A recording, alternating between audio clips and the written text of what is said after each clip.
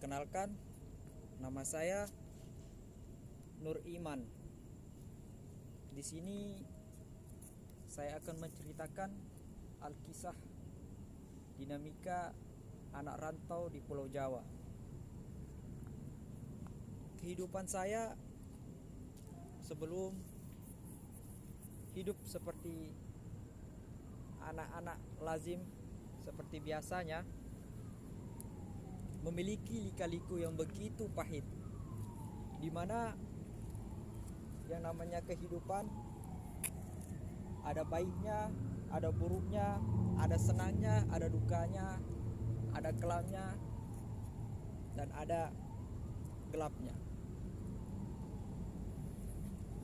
Bicara kebahagiaan, seorang anak rantau di pulau orang yang tak mengetahui seperti apa rasa bahagia bersama orang tua. Di tanah rantau saya bertemu teman, namanya Skudi dan Skelitik. Skudi dan Skelitik ini merupakan partner saya sebelum saya mengenal orang lain. Alhamdulillah, dialah yang memberikan informasi kepada saya sebelum saya meratapi kehidupan seperti orang biasanya. Alhasil, saya memberanikan diri mencoba mengabdi di suatu tempat, di antaranya menjadi marbot masjid bersamaan dengan Skelidik dengan Kudi. Si Kudi bertanya, "Aiman, kamu bisa apa di masjid?" Aiman menjawab, "Saya insya Allah dengan rendah hati saya bisa membantu apa yang bisa saya lakukan, seperti bersih-bersih." Lalu si Kelitik bertanya lagi, "Iman, hal lain sejenis agama apa yang kamu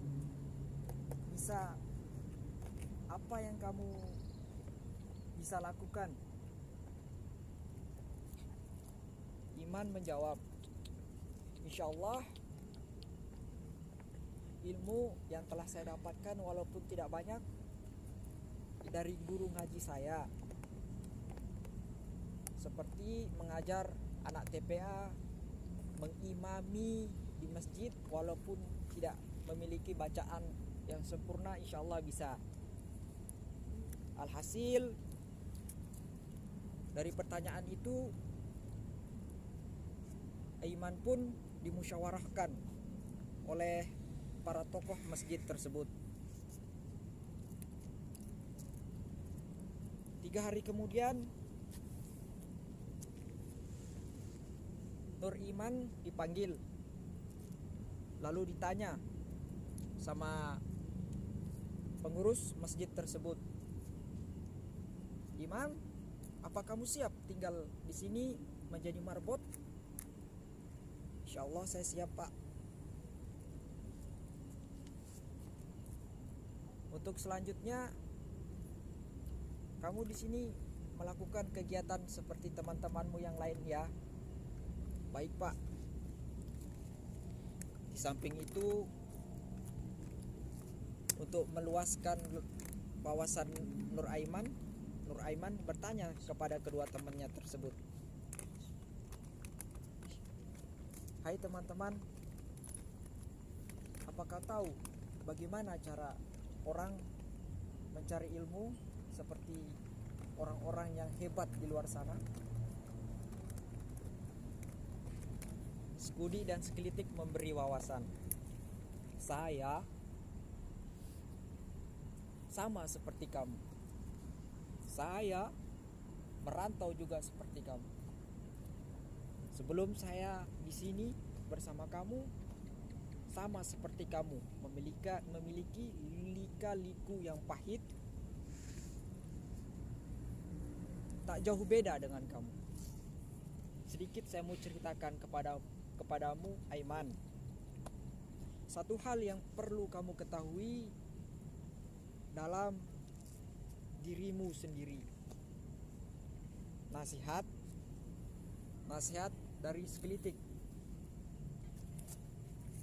Aiman, apakah kamu mampu menanggung beban hidup? Kalau Iman menjawab, insya Allah sekelitik saya akan melakukannya. Lalu Iman memberikan sedikit tanggapan. Dulu saya yang namanya rasa senang tidak senang ada, yang namanya betah dan tidak betah ada. Kelak kamu akan merasakannya. Cuman saya akan memberikan sedikit nasihat kepadamu. Kuatkan hatimu, semangat menjadi anak rantau dalam dinamika kehidupan yang pahit maupun manis. Budi lagi menambahkan wawasannya. Aiman, saya hanya meminta 3 perkara kepadamu. Perkara pertama, jadilah orang yang biasa menghormati orang. Yang kedua, rendah hatilah kepada orang serendah-rendahnya. Yang ketiga, buatlah orang bahagia sebahagia mereka bisa. Dari kedua nasihat teman Aiman tersebut, Aiman pun menjawab, terima kasih teman-teman atas nasihat dan bimbingan yang telah diberikan kepada saya. Kemudian Aiman berpikir sambil meratapi kelanjutan hidupnya. Ya Allah, bagaimana sih hidup saya ke depannya? Lalu akan seperti apa saya ke depannya? Dari awal mula Aiman sudah keterima menjadi marbot. Disitulah Aiman mulai merasakan ada yang namanya suka, duka, bahagia, dan senang. Lalu Aiman menceritakan apa bahagianya. Aiman pun menceritakan rasa bahagianya itu seperti apa. Seketika saya bertemu dengan murid-murid TPA saya begitu bahagia dan senang, di mana adik-adik yang imut, yang kecil mau belajar bersama saya. Saya membuat dia bahagia, tersenyum gembira, ceria. Saya pun begitu bahagia dan senang ketika saya bisa membagikan ilmu yang saya punya kepada adik-adik generasi ke depannya. Alhamdulillah, walaupun ilmu saya tidak banyak, setidaknya bermanfaat kepada adik-adik yang masih kecil-kecil tersebut. Namun di balik semua itu, Aiman memiliki rasa duka. Rasa duka Aiman pun begitu pahit.